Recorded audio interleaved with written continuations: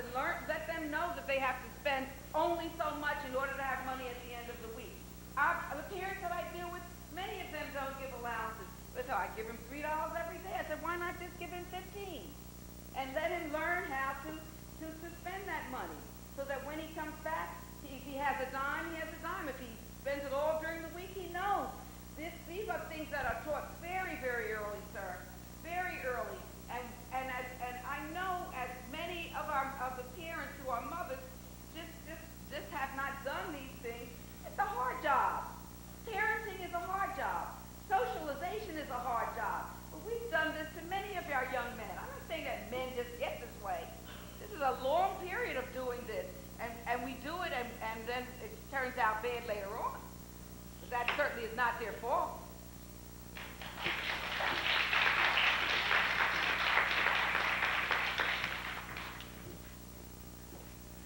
My name is Dr. Ola Oye, and I've been an adjunct at Medgar since 1986, and I have been a full-time faculty elsewhere for the last 12 to 13 years. My question is addressed to both Dr. Falani and Dr. Whaley. I'm a psychologist also. I'm in that area, and I am concerned about the issue of empowerment, and in particular the role of a spiritual dimension in the empowerment of the black male. I'm a mother, and I have a commuter marriage. I'm married to a Nigerian who's away most of the time, and so in many instances I act like a single parent. And as I go through the psychological literature, as I work with people, as I listen to conferences, I see more and more responsibility being placed on the black female in terms of the socialization of everybody. So you sit and you listen about this long list of more things that you have to do when you're probably already doing your best. One big difference that I see between my transitions between the, quote, white community and more, quote, minority communities is basically that in the white community, things are more negotiable, okay? The father may not be present, but he's reachable somewhere, and it's worth reaching him because he has some money. But in the black community, he really may not be traceable. And you have to deal with the issue of empowerment. How does a child resolve this? I mean, a child is pretty smart, and if you can't find that father, they're not only aware that you can't find that father, but they're also saying he's probably no good. And am I going to be that way? I mean, there are a lot of unconscious and real dynamic issues that have to do with that. And how do you empower the person to deal with that? And I was wondering whether or not the white community can reject the spiritual dimension. They do not have to live in the miraculous. But as a psychologist, when I'm working with a black community, I realize that we tend to have overwhelming problems. They are not as readily negotiable. And is there a room? Is there a role for that in this process? As a psychologist, I'm not permitted to emphasize the religious dimension, and I acknowledge that. But when you're dealing with a community that needs empowerment, that is in crisis, I don't think you're free to choose what tools you're going to use. You use whatever will work.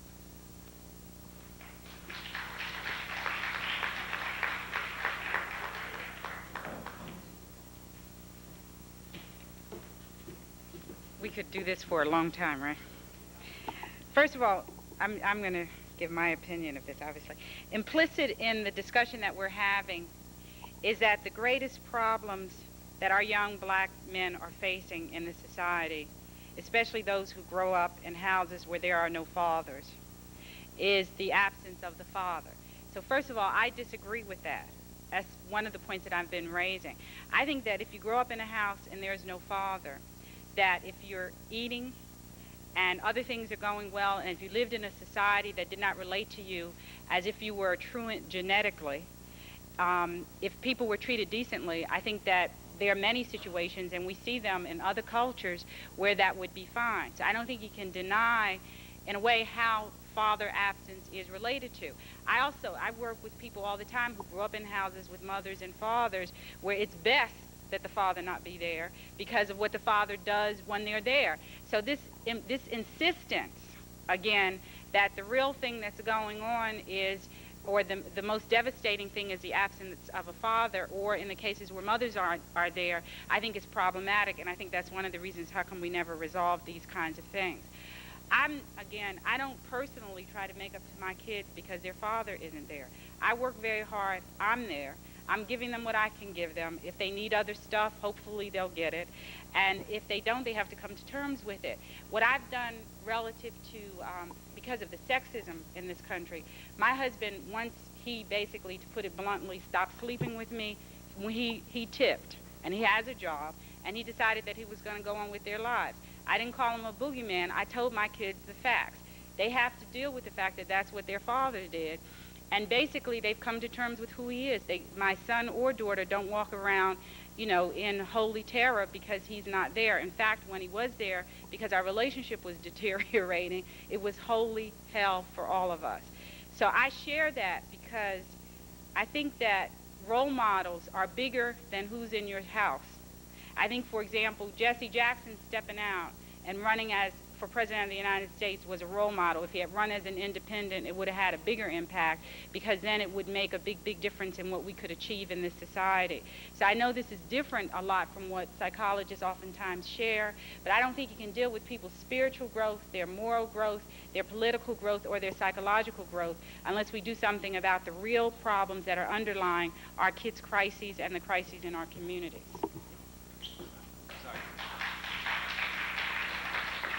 Yes, okay, I'm sorry this time that we do have to end our question and answer period. It has extended a bit longer than we had planned. However, there are some announcements. Okay. Okay, sure. Well, I'll he's the last one, and Kurt is one of my students, so I guess I wouldn't hear the last of it anyway, right? Greetings. I think we're missing the whole less of our problem. First place, right? Identity is the most important thing for us to get forward, right? And identity got to be connected with how we perceive things. This country as a whole has never supported or looked out for our interests. This country is supposed to be the greatest country on the face of the earth and so on and so forth. And it seems to me that most of us have accepted this, right? And that's where our first problem lies, that this country was created by oppression, by robbery, by rape, by murder of others, right? The Constitution, when the Constitution was created at first, it was created with the black man and the Indian being 3/5 of a man. When it was ratified, it was ratified. When it was revised in order to unite the North and the South. It wasn't revised for moral or ethical values or moral or ethical goals. So politics can be separated from power because politics is control. It's not democratic or republican or communist, it's control. Democratics or republican might be ideologies concerning control. So I think we got to be political because we are very apolitical as a people. But could we be political within this process of politics within this country? No. That's a question we got to examine. No. So is a new party going to support our interests within the system, within the institutions and everything that's already created? That's very important. No. The question of the black male and the black female is a historical question. Like all other questions, everything developed from yesterday and from day before yesterday and so on and so forth. That's how things are the way they are now. So we got to look at things historically. Now, a lot of things have been said about the black male, and a lot of things have very negative connotations, as if we purposely or inherently don't care about our children, our women, our families, our communities, our nation. That's not something inherent. That was something that was created because of the vacuum that was imposed upon us by our culture being taken away violently and so on and so forth.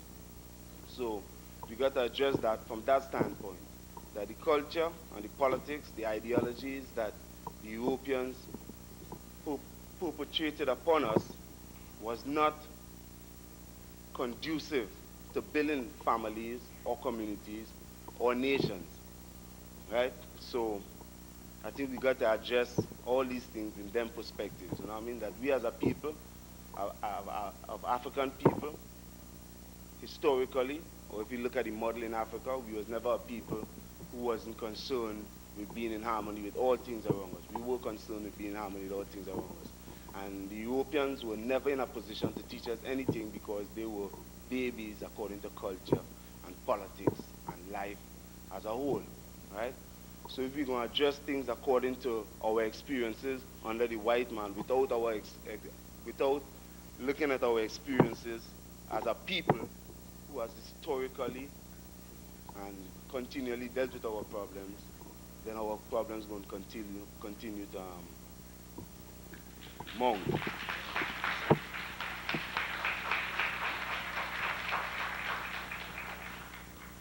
Okay, thank you for the last comments from Kurt Toussaint. Okay, I'd like to, we will conclude shortly this portion of the conference, but first of all, we'll have lunch served just outside of the auditorium, and during lunch, there will be a special videotape presentation presented in room 1028, and you can pick up your lunch, go to the room there, have the lunch, and watch the videotape presentation of a trip to Brazil last summer, which was conducted by an organization called IACRA, International African American Cultural and Research Association, and this particular trip, of course, focuses on the blacks in Brazil. The theme of the conference was the media versus the Afro-American, Afro-Brazilian portrayal in the media. Okay, so that is during lunch. For the workshops that will begin, we were scheduled to begin at 1:45, I think it was. But what we'll do is we will begin the workshops at 2 o'clock sharp. And the workshops will be held in the following rooms. Perhaps you would like to make these notations. Okay, the first workshop, Attitudes of the Black Male Adolescent Toward Education, will be in room 1029. 1029. And the presenter there is Mr. Dave Rawlins. Would you stand up, Dave, please? It's Mr. Rawlins who will present that workshop. Okay, thank you, Dave. The second workshop, Development of the Black male children with father's absence, discussion that we've just had so much of, that will be in the lecture hall on the second floor, and that is room 2008.1. Okay, the next workshop, and that is Michael Anthony Cheatham. I don't see Michael here, but I'm certain that he will be arriving, or if he's not outside already. Okay, the next workshop, Male Development in Ethiopia, and that will be in room 1023, and will Dr. C.M. Gebreziabir stand, please? Associate Professor in Public Administration, Medgar. Okay, the next workshop, Male Development in Nigeria, and this will be in room 2007.2, and that is being presented by Theophilus Oye Ojo. Would you please stand? Okay. Okay, the next workshop, Impact of the Educational System on Black Male Development, and that's Dr. Herbert Wilson, Professor in Education. Would you stand, please, Dr. Wilson? Okay, I'm sorry. Dr. Wilson's workshop is in room 2021. Thank you. Room 2021. Okay, the next workshop, the role of the church in the development of men of African ancestry, in room 2023, and Mr. William Foster, Counsel in the Division of Special Programs, will be presenting that one.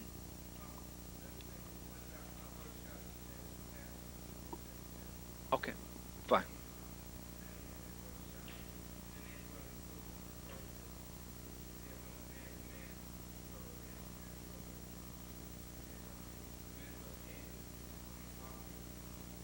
Okay, I think. Are they here, Mr. Chambers and Mr. Harvey? Okay. And so there will be some co-presenters with Mr. Foster in his workshop. And the the last workshop listed is Mr. Yusuf Nuruddin, and his topic is image of the black male in the media, and that workshop will be in room 1026. And would you stand up, Professor Nuruddin? Okay, there he is in the back. Okay, now immediately after the workshops, we will reconvene here. There will be individuals who will be recorders at the workshops who will come and make a short presentation here. That means if you attend a particular workshop and you didn't get a chance to see the others, but at the same time, feel free to go to whichever ones you like, in and out, whatever you desire. But in the event that you should miss part of a workshop or you should miss the workshop, we will reconvene here at 3 o'clock and have persons reporting on the workshops. And immediately after then, we do want to raise some issues. We want to say, well, what are we going to do now? We brought out certain issues about the black male in society. Well, what are we going to do about it? And so we have the idea of a future agenda. That is, if some of you are interested in working and networking so that we can form an organization or connect with other organizations so that we can not only have conferences, but start doing some positive things to change what is happening in society with the black male. So we want to do that at the very end. And then finally, we'll have a wine and cheese reception to end the program. Okay, so thank you and enjoy lunch. Okay. Yeah.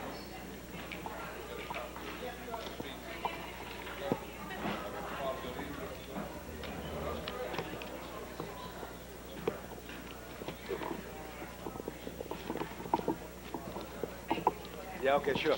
Okay, good, thank you. Yeah, thank you for coming. Yeah, I'm glad you did. Yeah, did an excellent job for us. Yeah. I know you know. Oh, how you doing, Jay? How you doing? Okay. Okay. I see. Yeah, but it worked out pretty good. Yeah. Oh, yeah. And, yeah, Roscoe Brown. He just made a short presentation also. Okay, thank you, Dr. Welly. Okay. Sure. Get out of here. I gotta go up there. Yeah, he wants to speak with me. So I'm introducing myself to the general conference man here, and therefore, go tell you, okay. Lucky Fulani. Oda. Thank you. Oh, yes, I just realized I didn't, but we'll, yes, I will make sure I do it. Sure, I will do that, I guess. Okay, good. Okay, right. Okay, good, thanks for coming. Right on. How you like the banner up there? Yeah, well, last night now I knew the banner was around, so you should have, we didn't have the ladder. We had And so the topic will be on the development of the men in Nigeria from the African perspective, and that will be from the old time up to new. So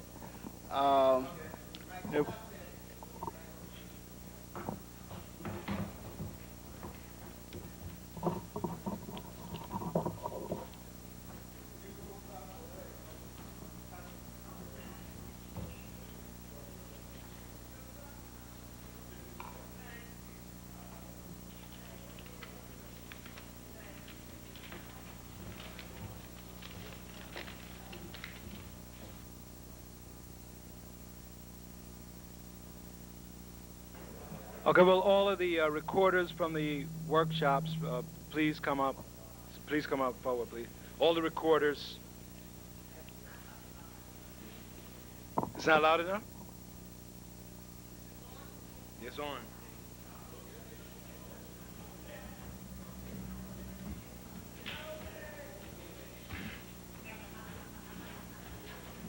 And Janet, aren't you?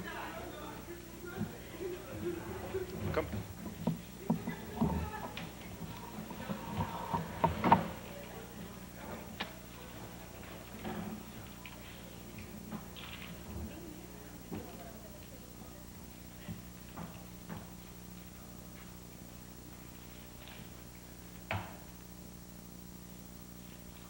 Okay, is there one to do, see, male development in Nigeria? Is that? Oh, male development in Nigeria, okay. Male development in Ethiopia. Oh, yes. Oh, that's right. The last one workshop is still, they're just departing now, and the role of the church in the development of men of African ancestry. Anyone to do that one? Okay, well, it seems that they're still in session. I checked. Oh, no, I checked the room. I didn't see anyone there. I know that some of the presenters had to leave early, so maybe that is what happened. I don't know. That's the one Mr. Foster had.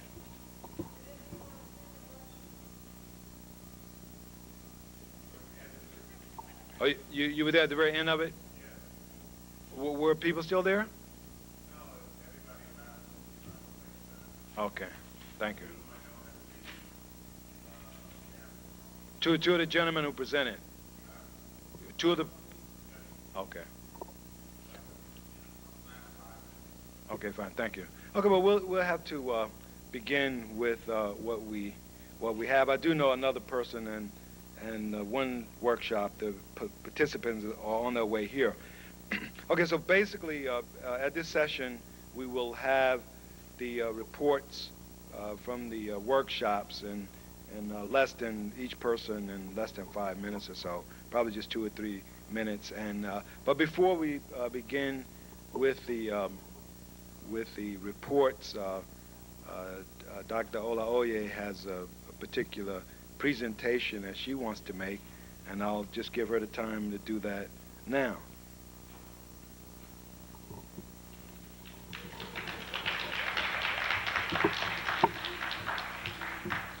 I just wanted to express my appreciation and my joy at how well my students have done in getting this second annual conference on black males together.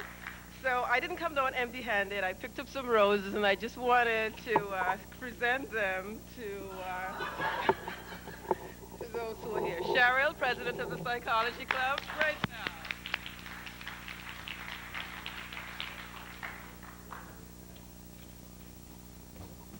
And Martha.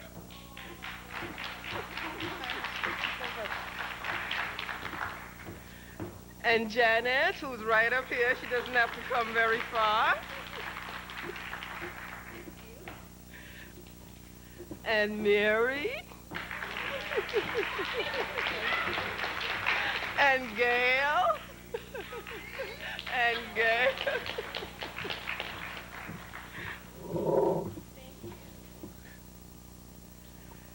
And Karen.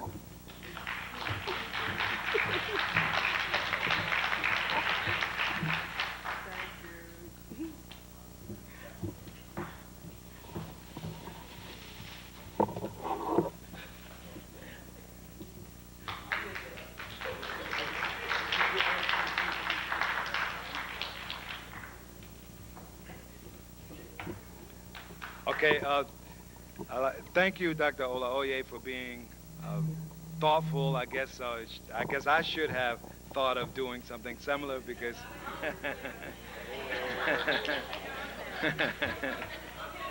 right. I'm immature. I just develop immaturely. That's what it is.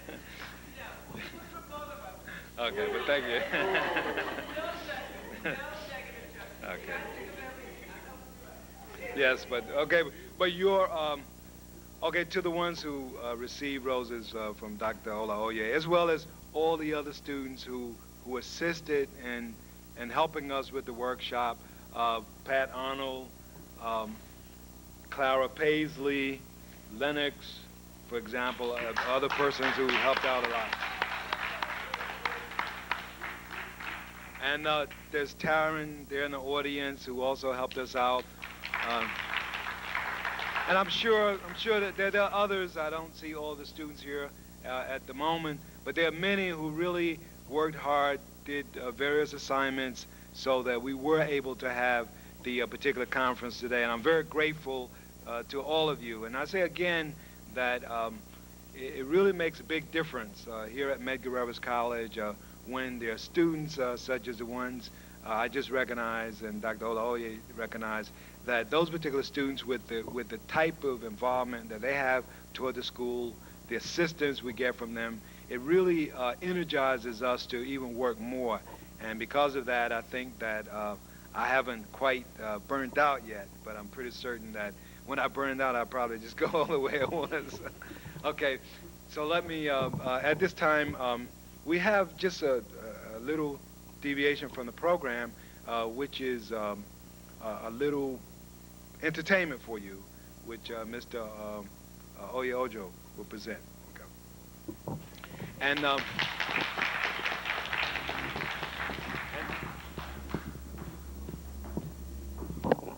my name is Ojo, as Oye Ojo, and before I say anything, I recognize Dr. Olaoye, and that's a very prominent family in Nigeria. And Timmy, is that from Timmy? From Ede, is that so? Ilori, okay, that's another big place. That's the Kwara State. Okay, without ado about nothing or much, I will say this. The song goes this, we're going to sing a song. Maybe some of us know it before. We say, to my home, Africa land. To my home, African land. Sailing along, oh free men. And free women too.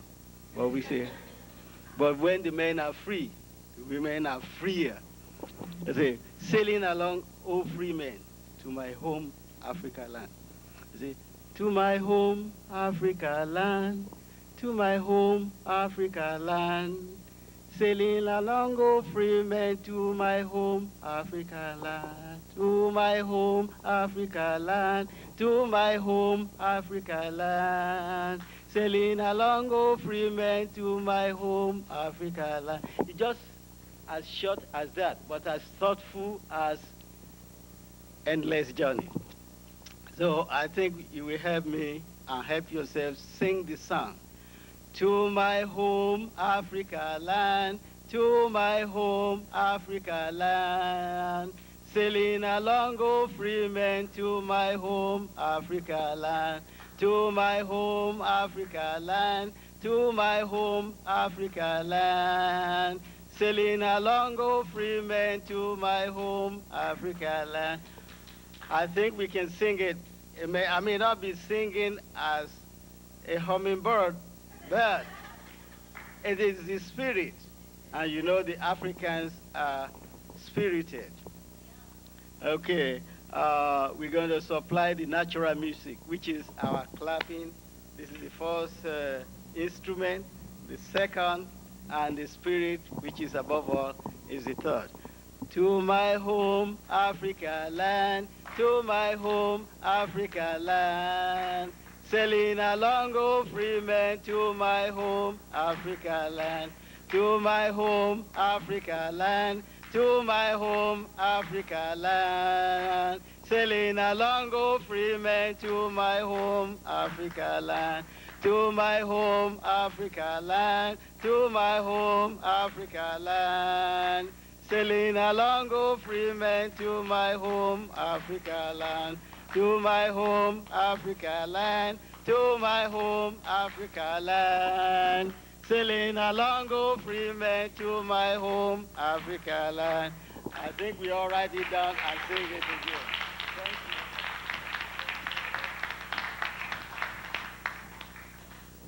Okay, well, that changes the tone a little bit. I'll liven you up. Okay. Okay, we will begin with our summaries of the workshops, and the first one led by Dave Rawlins, Attitude of Black Adolescents Toward Education, and the presenter is Ms. Janet Rose.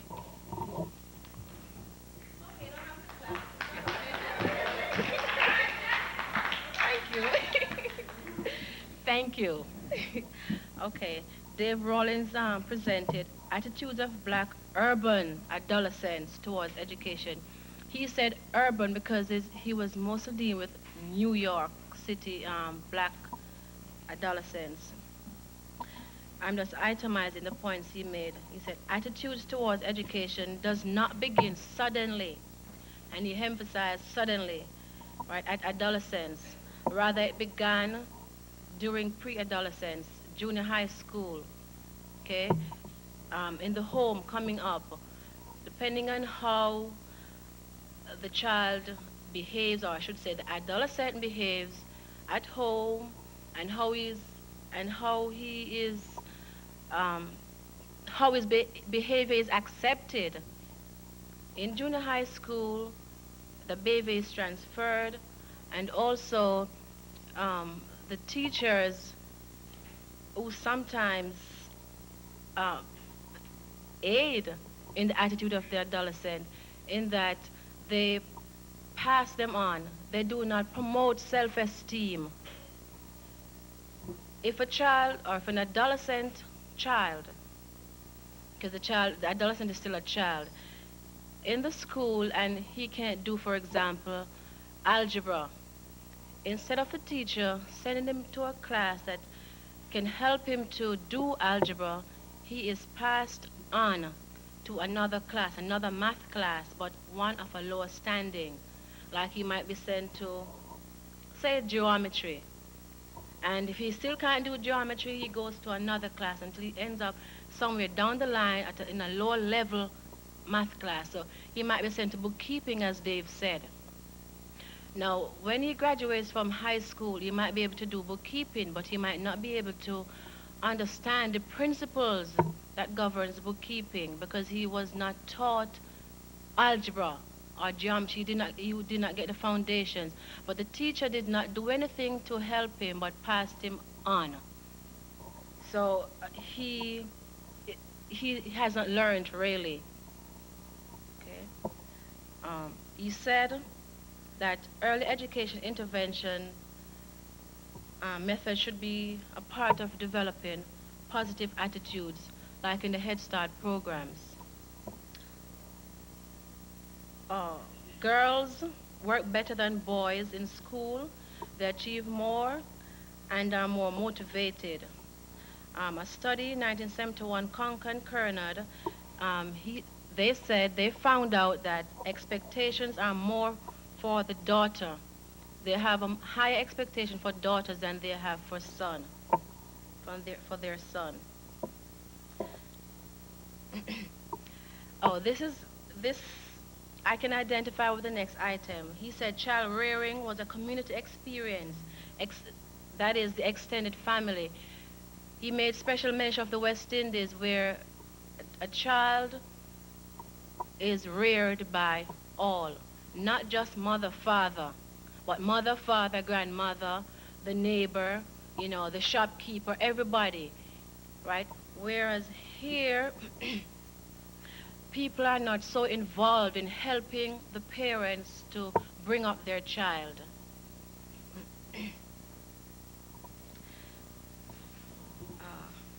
He also said that black boys are different than the educational structure.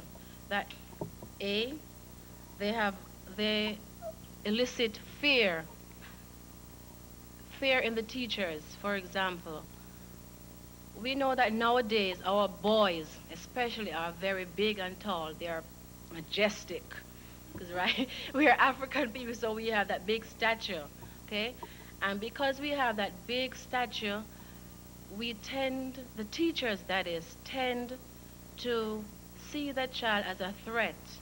Therefore, anything coming from that child is not taken in context, but is taken out of context, and the child is punished for that.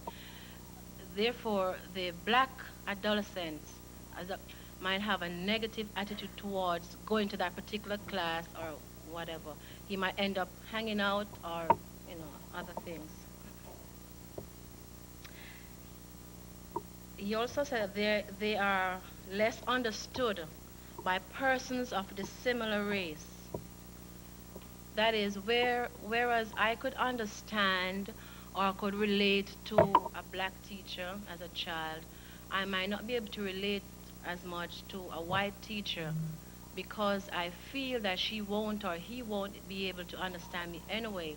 And it's vice versa. The teacher might feel the same.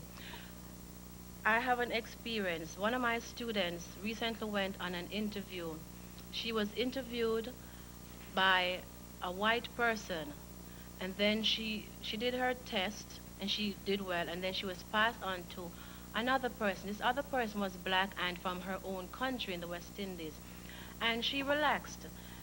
The sheet that was sent to the black interviewer said that this this person is very nervous. Okay, so the black interviewer said, but how come is it that you're not nervous? And the other lady said that you are very nervous. So I was going to be very very sensitive or careful with you, but you're not nervous. She said, what is it? She said, I don't know.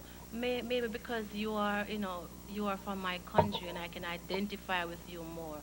So perhaps this is what Dave was speaking about when he said that they they are less understood by persons of the similar race. Also, they're rated lower in education achievement by teachers. That information was from a study that he had quoted.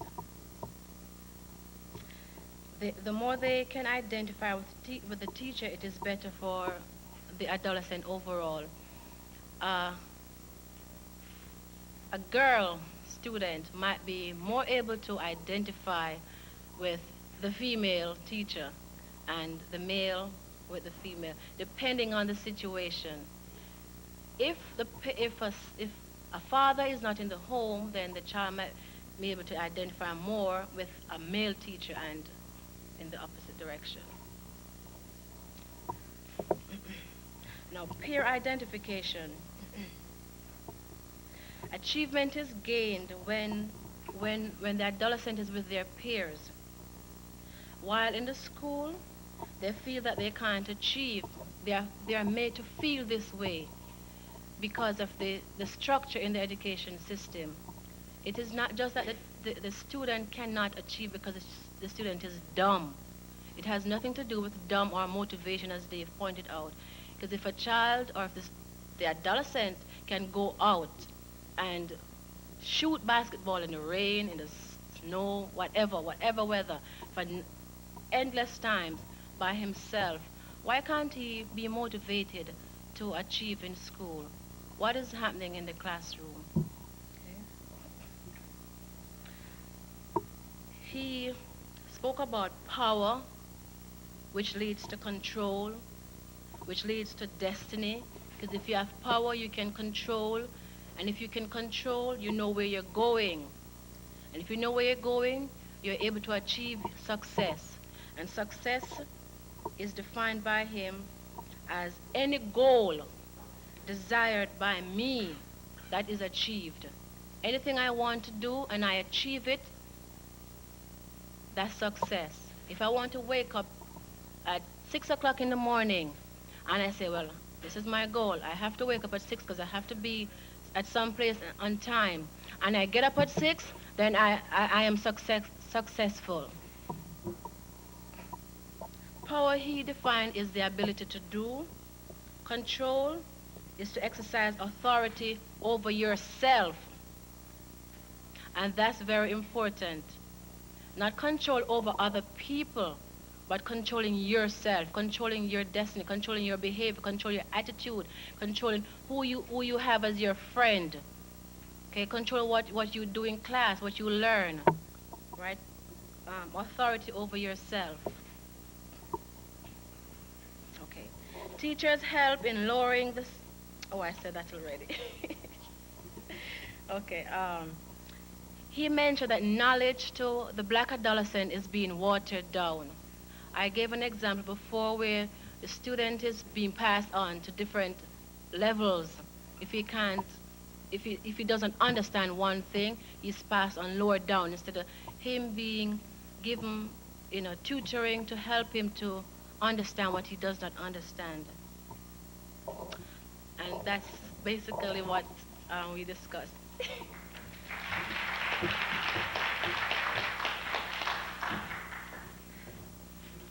Listen, I'd like to say to the presenters that we do want to try to keep it 5 minutes at maximum, because I just feel so guilty on a beautiful day like today, keeping you inside for so long. So we want to try to move along with the program. We have a little reception afterwards, and we do want to give you time to be outside, enjoy the weather today.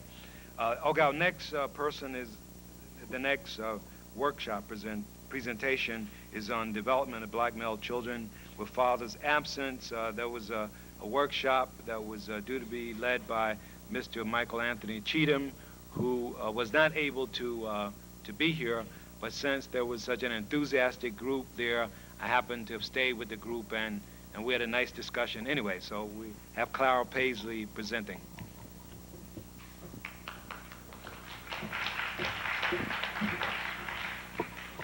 Okay, my summary will be very brief. We were sorry that Mr. Cheatham could not be with us, but we were very happy to have Dr. Edwards, our psychology club advisor, monitor the workshop.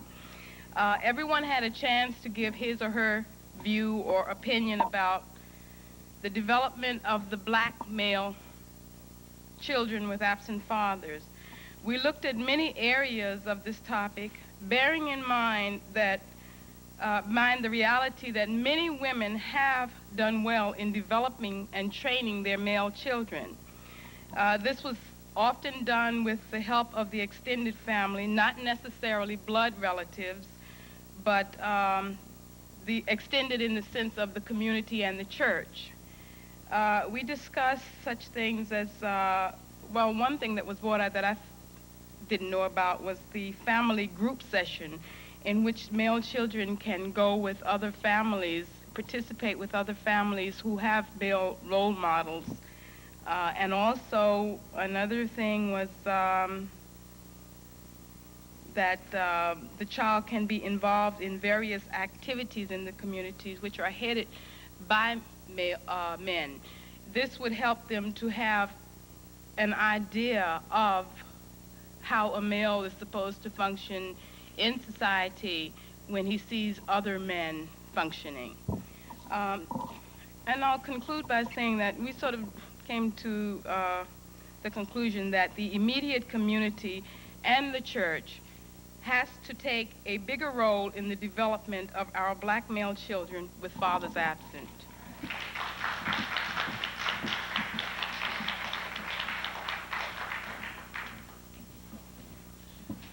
Okay, and our next workshop presentation is from Male Development in Ethiopia, and that was led by Mr. Oya Ojo, is it? Ojo? Oh, I'm sorry. I'm going ahead of myself, yes. Male Development in Ethiopia, yes, sure. Dr. Siem, Ethiopia, Nigeria. I'm going too fast here. Yeah, Dr. Siem Gebreziabir from Social Science Division, and the the presenter now will be Mr. Kurt Toussaint.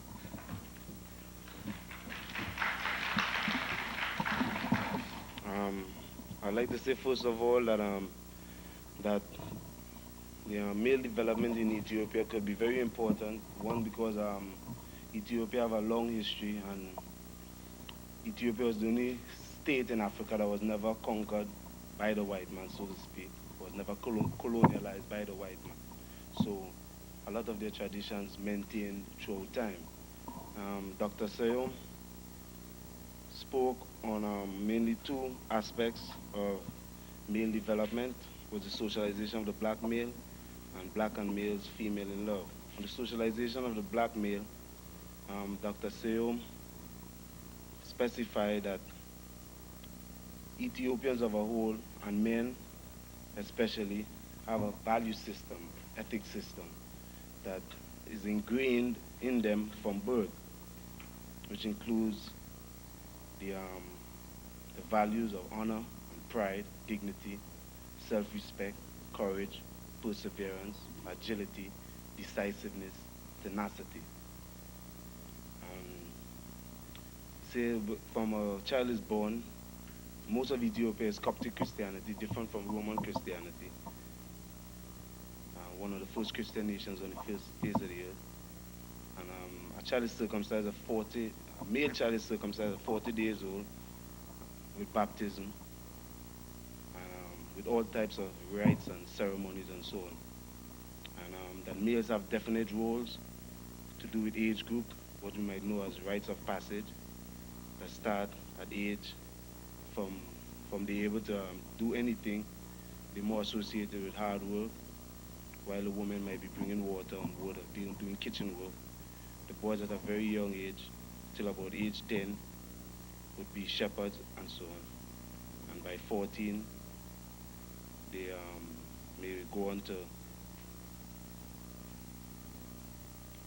farming, and then go on maybe to be hunters or soldiers later on.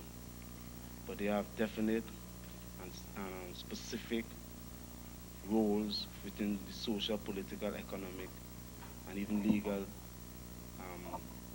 sectors of society. That by the time a man reaches the age of 50 to 60 years old, he may be a judge. And, they have definite ways to carry themselves. Like he said that a young man would not call his brother, even though he's a couple years old, by his name without a title. Like if your name is Peter, you say Gashe Peter. And Gashe literally means my shield. They don't never call his parents by their name. And a young person or a subordinate would never pass something with one hand, would always pass it with two hands, and so on and so forth. So this respect and this definite role that a young man or a person have within the family or within society is appreciated throughout their lives. So I guess that would make them be able to identify with society as a whole and their manhood to a much great degree.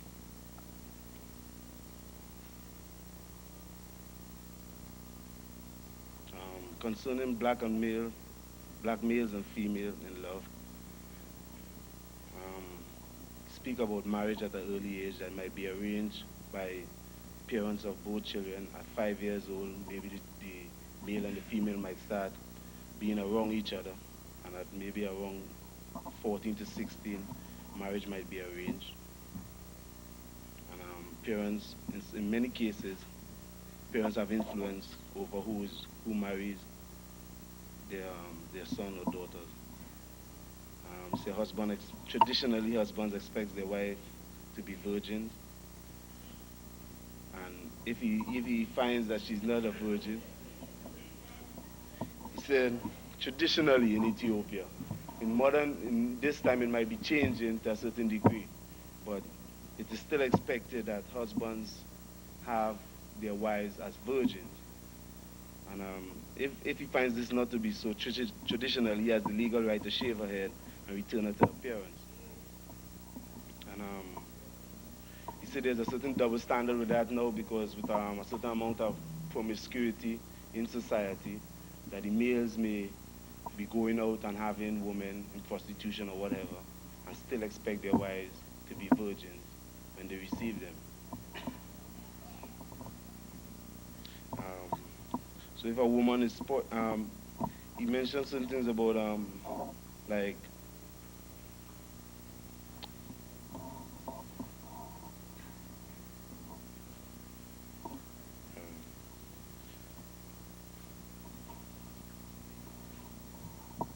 so like if a woman has a child, the burden of proof lies on the man to prove that's not his child or not. If a woman claims that's the father, it's undebatable unless the man can prove different. But traditionally, from my own readings, two women in Ethiopia are recognized for honesty. At least that's always a woman is portrayed. But there's respect for women, but they have their definite roles to play. But a illegitimate child has all the rights of a legal child within the household. Even the maid, if the maid have a child for the master of the house, the child would have the said legal right of the legal kids of the master's wife and so on and so forth.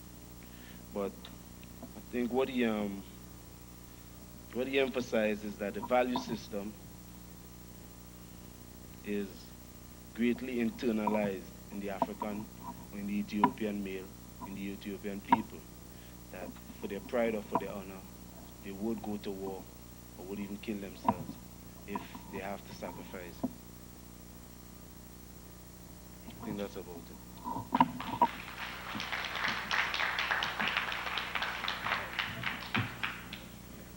Okay, thank you, Kurt. Okay, now next, workshop summary, male development in Nigeria, led by Theophilus Oye Ojo, and Patricia Arnold will make that presentation.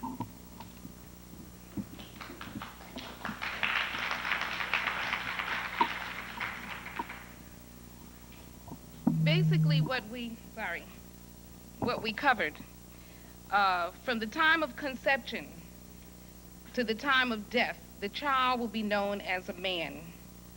That male child, or man-child, will be geared for a form of leadership in life, such as father, soldier, activist, judge, advocate, priest, etc.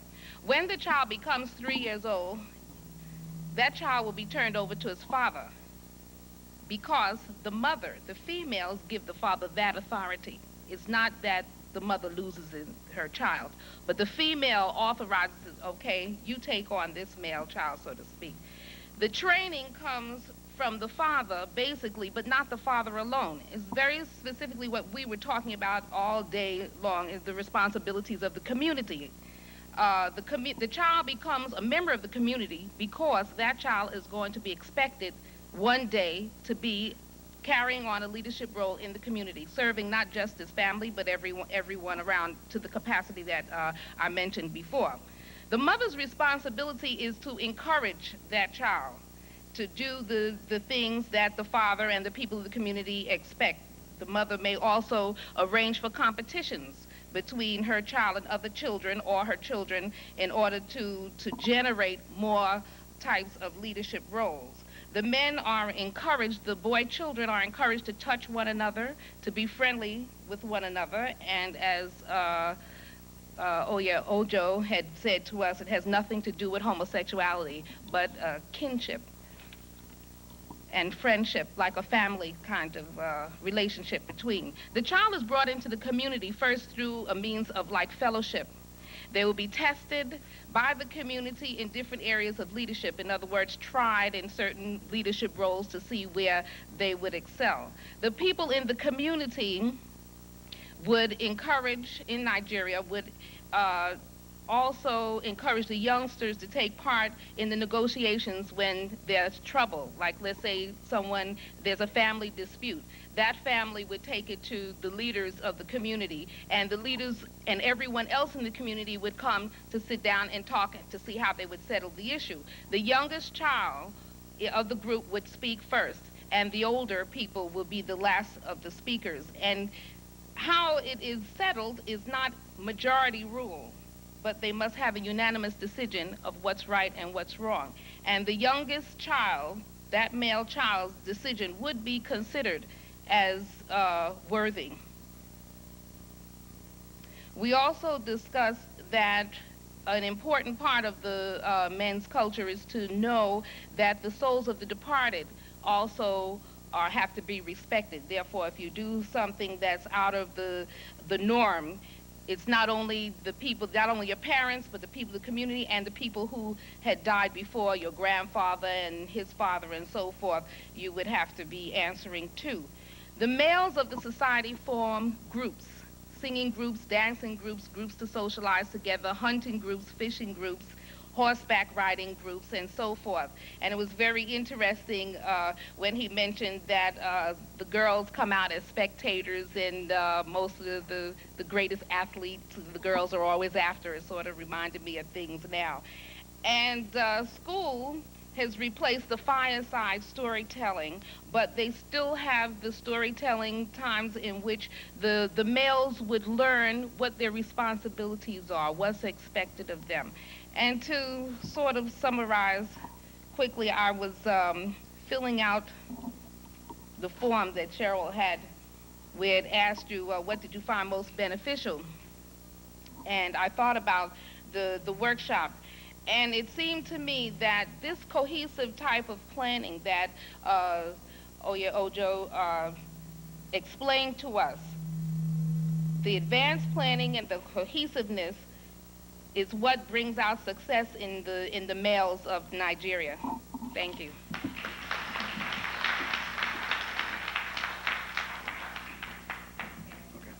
Thank you, Patricia. Yes, as Patricia just mentioned, that all of you in your folders do have an evaluation form of the workshops, and we ask that you please make them out and leave them at the registration desk before you leave. Okay, our next presentation concerns the impact of the educational system on black male development. And the presenter of that workshop was Dr. Herbert Wilson, and the person summarizing is Ms. Alice Haling.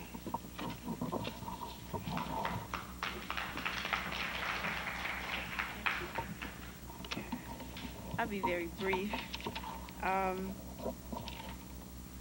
What we did, Dr. Wilson presented, he posed 4 questions, and the questions are: what is the profile for the black male at the preschool level? Question number 2, what about support systems in the society? 3, who will be role models for boys? And 4, what kind of discipline should black male have to make them successful? And we sort of discussed these questions, and we looked at positive issues and negative issues. And some of the positive things that we discussed were leadership, good leadership. We looked at the solid middle class male in the community. And we also looked at role models. We looked at, does the boys need male role models, or could the mothers do it alone? Or the teachers, what part does a teacher play in the life of our male role? We tried to center our discussion on inner city boys, because that's where the problem most seem to be difficult. Okay.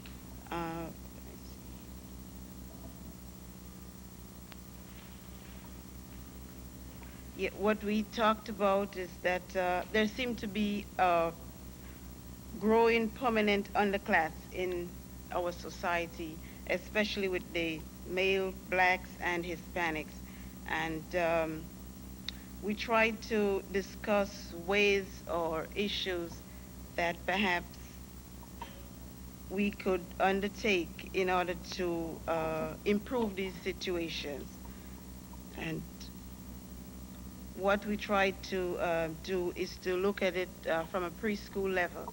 If we could make adjustments to these problems in the early stages of development of the child, hopefully that could make a difference in the life of that individual. Dr. Wilson also gave an example of 2 boys, 2 brothers, grew up in the same household. One turned out to be a fantastic young man. The other one is in jail someplace. So the question is it something that happens in the home, or is it out in the society, or does the kid come into the world with this in him? What happens? What do we do? Is there any therapy that the child could receive? Let's say in the early stages, we notice that this child is geared towards being violent or whatever. How do we deal with this problem? And so one of the things that we discussed is that from very early, sometimes we notice children, the boys especially, they display anger, and rather than asking them to just shush or be quiet, we should deal with this try to find out what is it they're angry about. Why are they angry? Why are they prancing or fighting? What is it? What is it they have to, and maybe if we have more dialogue with the young children, we perhaps could be able to alleviate most of the problems that we see in the adolescents in later years. Thank you.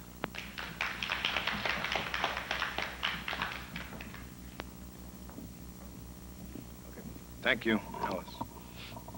Okay, now next presentation is from the workshop on the role of the church in the development of men of African ancestry. That workshop was led by Mr. William Foster, and Mr. Joseph Flanagan will make the presentation.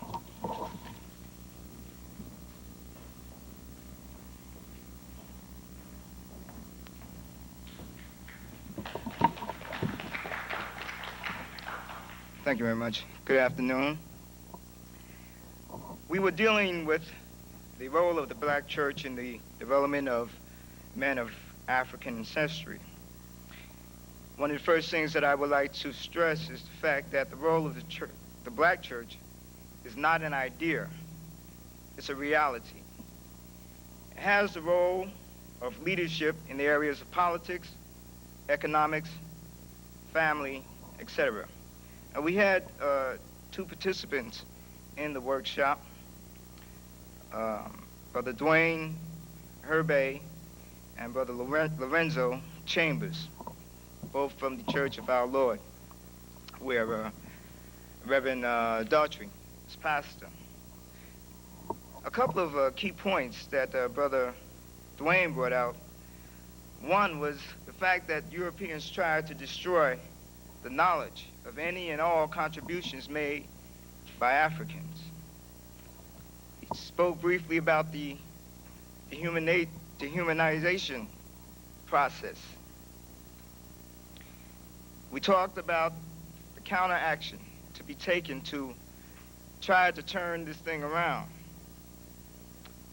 The word education came up. Education will bring about pride, unity, and consciousness.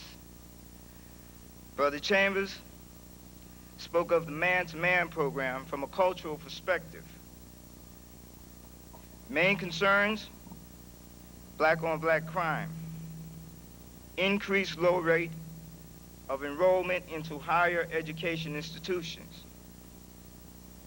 Now, the purpose of the man-to-man program is to assist in the growth and the development of African young men.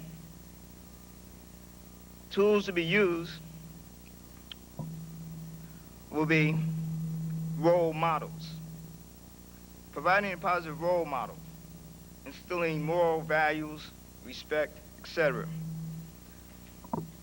Purpose to offer alternatives, one-to-one relationships, to establish independent institutions for the education of our youth. Now, the church, these are our recommendations. The churches can implement a one-to-one concept of adult men working with young men in the church and the community, as exemplified by the models of Man-to-Man and Big Brother. Community outreach through media, street programs, etc. Possibly sectioning off an area of 3 blocks and just having different types of services or programs and activities all geared to our youth. Redemption is the key. The role of the black church in working with young people continues to be a vehicle for the individual and collective redemption of man. Thank you.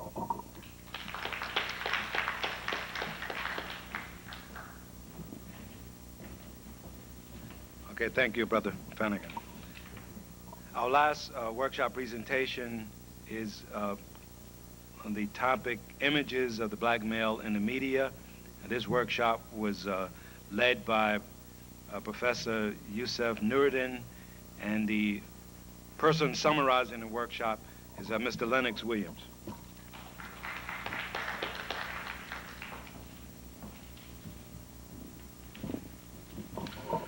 I guess what Mr. Nuruddin tried to focus on was the fact that the media is used mainly as a tool to create the images that we often come to accept. And he said whereby there is need for the acknowledgement that the black woman's image need to be uplifted. It should, however, not be done at the expense of trashing the image of the black male. And he used as an example the movie The Women of Brewster Place, where you had all these male characters, right, with a preacher, you know, being portrayed as a lecher, you know, and a husband as a philanderer, a father as someone who abandons his family, and you know, teenagers as rapists. He also used the symbolism of the movie King Kong, and he thought that this movie represented the fear that the overall society held for the black male, with King Kong symbolizing the black male out of control and on a rampage. He took into consideration, and actually what happened is that, you know, the people that were there, you know, gave different views of what they thought the media represented. And one of the views that came out was that the media created images designed to have us see ourselves one way or the other. And we used the example of the Central Park incident of not so long ago, as opposed to the coverage of the Tawana Brawley incident. And these two were covered in totally different manners, in that Tawana Brawley, up to today, is seen not so much as a victim, but as a villain. The same could be said of the victims of the Howard Beach incident. And this all has to do with how the media portrays African Americans. Also of great importance was non-coverage, right? A non-coverage, you could look at things like what's happening in South Africa, and you hardly anyone can tell you what's happening because the media has a freeze. It's not as though the problem has gone away. It's just that the media doesn't think that it's important for us to know. So we have to understand how the media is being used, to create our images and our thoughts. And he addressed the need to support our black media, particularly, you know, newspapers like the City Sun, and he went into the fact that WLIB for years has been subsidized by WBLS because it cannot receive the necessary sponsors that it needs to run as a viable operation. So it's something that we should, as a people, look into, because it's important for us, because we have to take control of our propaganda machinery. Thank you.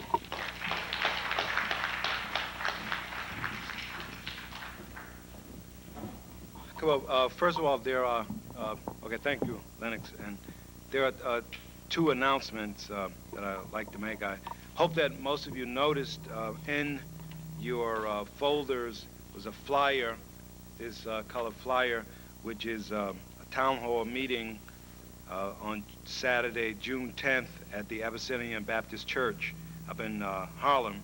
And you can see the topics that are listed there. Dr. Lyles, one of our presenters of this morning, is a person organizing this particular affair. And if you would like more information, there's a number there in which you may call him. As a matter of fact, Dr. Lyles and Dr. Whaley, who presented earlier. And so they have invited us all to this particular workshop, and as well as other relatives and guests that you may have. So I'd like you to keep that in mind. And secondly, we've been invited by Professor Mead, a colleague of mine at the College of Staten Island, and the person who who worked with me with the trip to Brazil and who put together the showing of the videotape during the lunch period. And if Professor Mead, if you would make the announcement of the program. Yes.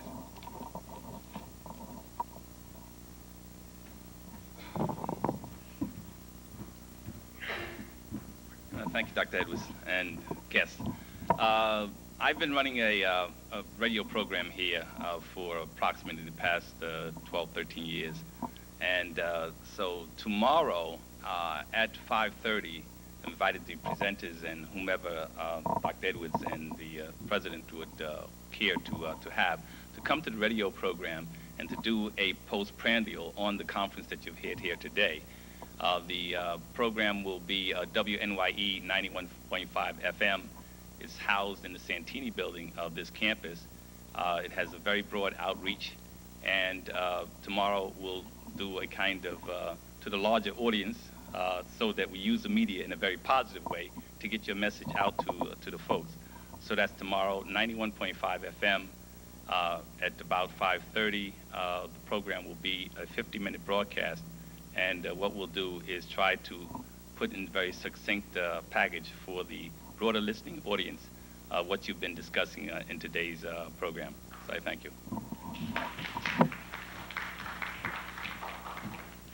And as you can see, Professor Mead just invited us just a few minutes ago, so I haven't had the opportunity to get together the speakers or to find out who is available, but I would like for you, the presenters, to speak with me during the reception, and let's see how many of you we can get together and go over for the radio program tomorrow, and I would appreciate that.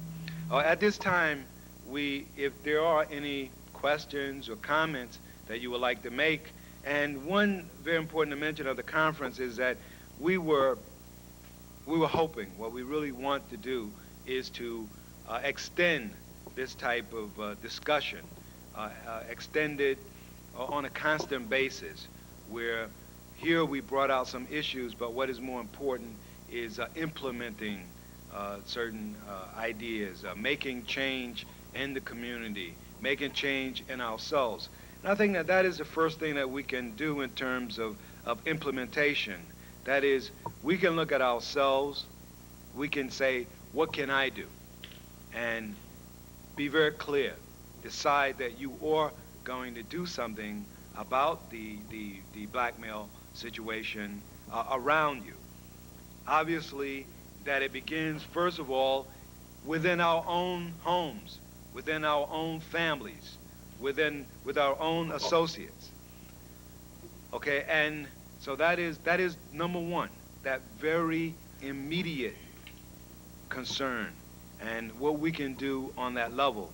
Now, even in cases where we have families, where we have our own children, our own male children, we say that's the first thing we start with. But once we have our own male children intact, then there's still other male children out there. We can't stop there. We must broaden it. We must attempt to change the problem, because it's a problem that's not only within our families, it's within our community, within our city, within our nation. And again, we are the ones who must make the change, must start doing something about it. So that is very concretely something that we all can begin to do. However, it is important if we start some networking also, that we start some group, some organization where we can meet periodically, discuss some issues, and start with some plan of action. And if any of you would have any comments concerning that, or if you want to volunteer or give some information, I think at this time we'd be glad to hear that. Yes.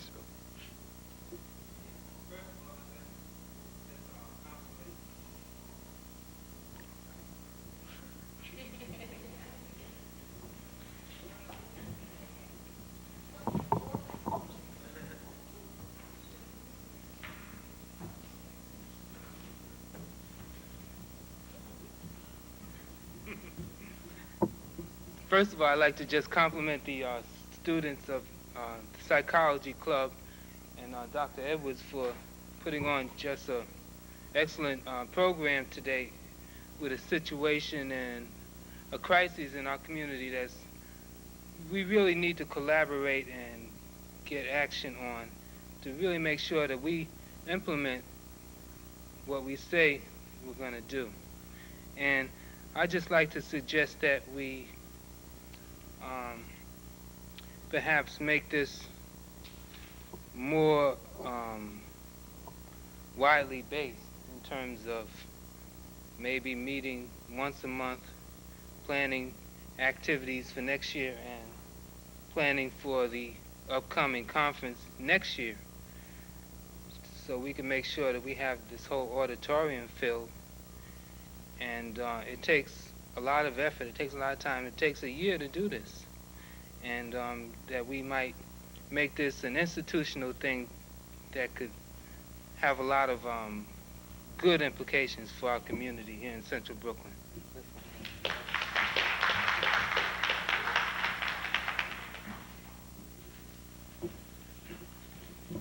Okay, so if any of you are interested in being part of such a group, I'll be glad to take your names and here at the institution with the Psychology Club that we can begin such a network, begin such an organization, and have monthly meetings, and at least we can be in planning for next year and future years. Any other comment? Yes. Come in. Sure.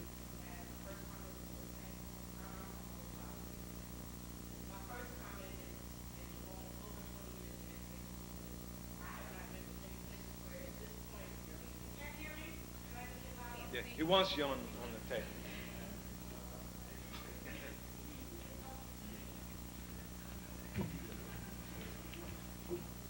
Okay. My first comment is I graduated from the City College system almost 20 years now, this is the first time in a long time I have gotten to the end of the conference where I see this many, more than 10 black men still here. I want to compliment all of you here. And my comment stems around everything that people have said, and I learned a lot from being an Afro-American who represents the African religions of West Africa in the New York chapter. From hearing the Nigerian, Ethiopian, a lot of the African backgrounds for what they do for male, it is totally opposite of our culture. Reasons we all know because of our slave mentality. My question is, in most of those African societies, the male is looked upon as the person that has to be sheltered, has to be trained, has to be taught to understand the importance of manhood. Not that they disrespect women, and I do understand that now. I may have a hard time living in Africa because a lot of the things that I have grown to understand as a child, our aggressiveness as women is not there. The women still raise the children. There are some bad men in African societies. All fathers are not good as they are here. However, the father takes a predominant role. The family and the community comes in to make sure that the woman doesn't even sleep with the man if he's not doing what he's supposed to do. My whole point is that we could learn a lot, very important, because we've just now gotten the African, not just their input, but black Americans and Africans talking, very important, because they are as disconceived. I say the white man has done a thorough job on us. He has Africans thinking that black people are nothing. Very true. Most black Americans think the same thing of Africans. Admit it. These kinds of things we're having now are very important because we're hearing from the African side, which truly is the basis of holding our manhood, which again will hold our womanhood together. I didn't mean to say all of this. My last comment on this is, since we need to learn from the Africans, and I say Africans in all West Indian cultures, I'm a Southern girl myself, so even our culture, those cultures who lost, were able to maintain some of the tradition we had before we were stripped of our families. Carry that on. Glad to hear that we as black people are still interested. What we need to do, and I challenge all the men here, in order for us to have more things, you made suggestions, we need more kinds of conferences. We need to see the men. For 20-some years, and I was a young woman there, I have been dragging my men friend every place. They hate it until they get there. You must see Serafina, you must see this. And then when they go, oh, all black men should see this. You're right.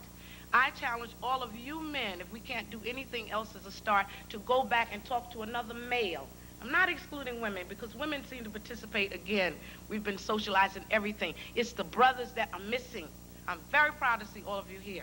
Each one of you need to go back and talk to another brother, and not one on the intellectual level education that knows all of this African thing, and not one of those that you know haven't even heard it before, and encourage them to participate. It is very important to continue to have things that give our men. Last point. I'm concerned about children. I work a lot with children, but what are we going to do with our already existing people in my age, 40 years and over, men that are already here?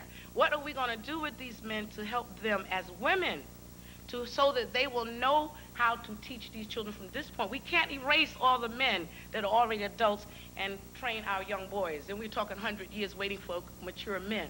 Please, I ask all of you and challenge you to give ideas, men and women, on how we can get these existing men, adult men, to be more interested in understanding what they can do in our society now, because I intend to live a little longer and see the change, as black men, to instill and encourage understanding of the black male's role in the society, how we can make it positive for ourselves, for our children, and most of all, for our women. Do you understand that? All power to all of you black men. Thank you.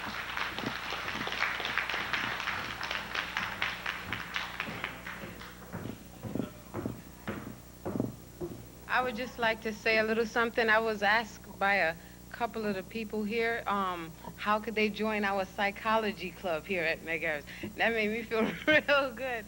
And I was saying, well, since you filled out a registration form, we will be able to get some letters to you. Maybe we could start our own thing, because most of the people who are a part of the psychology club here are students of the college.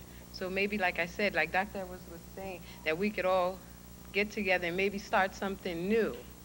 And because we do have our meetings on Mondays at 3 o'clock, and we have some Saturday meetings at 3 o'clock also.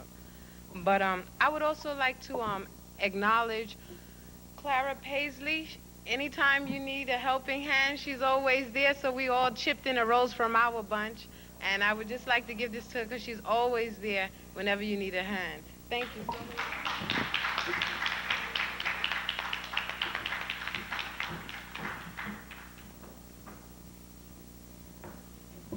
As I mentioned, there's always problems when you start with roses and things of this sort. I'd rather deal with the issue at hand on the conference. Okay, no, just aside. Okay, are there any other comments? Yes, Dr. Lyles. We're glad to see that Dr. Lyles is back. He was one of our presenters earlier this morning. He left and he came back. So that's great. Okay.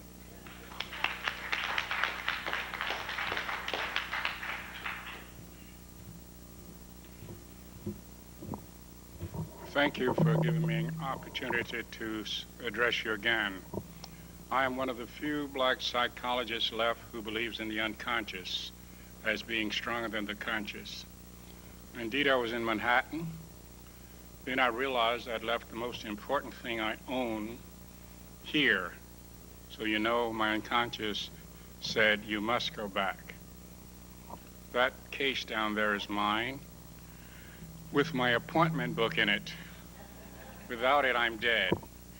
But really, I did have two things that I wanted to say to you, and I don't know what one of them will mean, but I'd like to say it anyhow. I am the president-elect of the New York Association of Black Psychologists, will be effective in that order in the organization in September. I would like to offer to adopt your psychology club and make you a part of us, inviting you to come to every meeting we hold, both the board of directors meetings, where we do all of this work, and the general meetings at which we generally have professional papers and presentations made. I think that would give you a strong ally with the real psychology, taking you out of the textbooks into the quote-unquote street where the action really takes place. We are a very live organization and have been since 1967. Dr. Edwards may have already invited you to our program to be held on June 10th at Abyssinia Baptist Church in Manhattan. Did you get to that? Yes. And I'd like to reinforce that invitation and ask you to come. You'll hear some very important topics in the same vein as the ones we're talking about discussed. I do not believe that talking is not action. I think we must do a great deal of talking with a view towards planning, and we should be doing that as we talk. And I'm glad to see that your talking has an interest in action. And the more we talk, I think the closer we come to the answers. I do not believe in truths, absolute truths. As I said earlier today, I think we are just a modicum in the sphere in which we live, and will be a nothing in a sphere later on. But I think that as we live, we must look for the truth, and hopefully the truth will make us free. Thank you.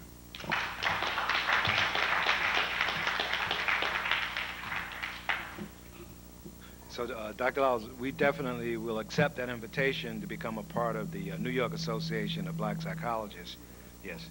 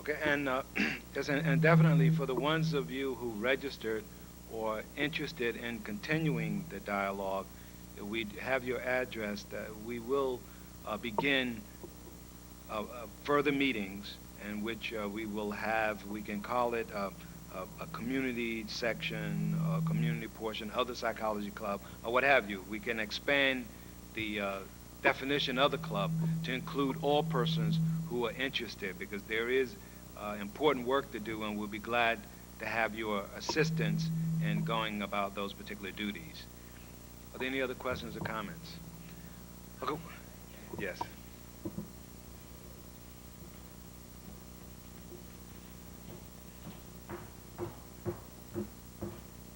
One quick comment.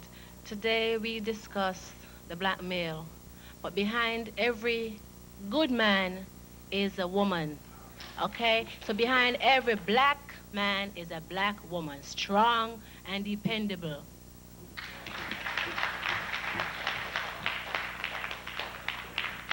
Okay, yes, well, absolutely, and that's the way we always want it to be.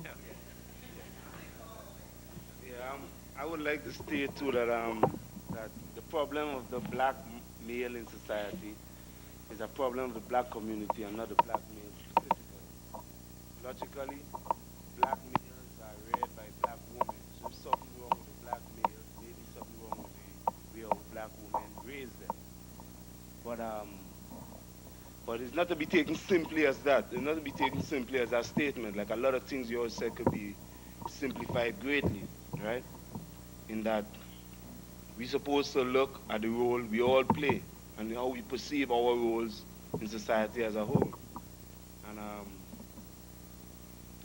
I think, like we was discussing in many of our classes, like in specific one class, the role that the women play in rearing black men. And someone stated that it seemed to them that black women just grew up their kids to survive and not to fight oppression on a conscious basis. Well, as oppressed people, we should be supposed to be fighting oppression on a conscious basis, so we could have a plan of liberation and we could manifest movements towards that plan. So I think it's important for us to address ourselves as an oppressed people on a conscious basis so we could go about liberation, right? So black women would have to play a significant role in that process. Plus, what is apparent to most of us too is that many successful black professors, black men in these institutions Bigger being in jail or on crack like any of the other brothers who is in jail or on crack or what have you. Because most black youths who grew up in the ghetto run in parks like them Central Park youths. Maybe they mightn't rape and so on, but they might do other things that's associated with felonies and so on and so forth. So at a high degree, a lot of black men who are successful is because of luck. So that points back to why the black community is in such a situation. And I feel that we're in this situation because we as a people are not identifying ourselves properly in society as oppressed people and dealing with it as such.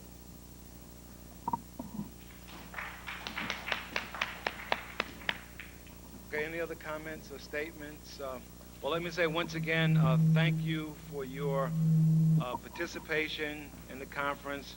And we just enjoyed having you here, and we had a great time. And so enjoy the reception outside.